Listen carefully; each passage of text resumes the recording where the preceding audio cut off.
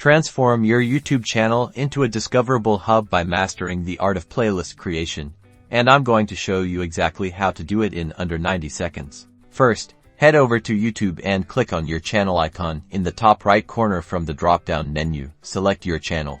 Now, navigate to the Videos tab on your channel page. This is where all your uploaded content resides. Hover over any video you want to add to a playlist. You'll see 3 dots appear. Click on those 3 dots to reveal more options. From the options that pop up, select Save to Playlist. A small window will appear here. You can choose an existing playlist or click on Create New Playlist. When creating a new playlist, give it a clear and descriptive title. Something like Beginner, Tutorials, or Product Reviews works great. Then, click Create. And just like that, your video is now part of a new, organized collection.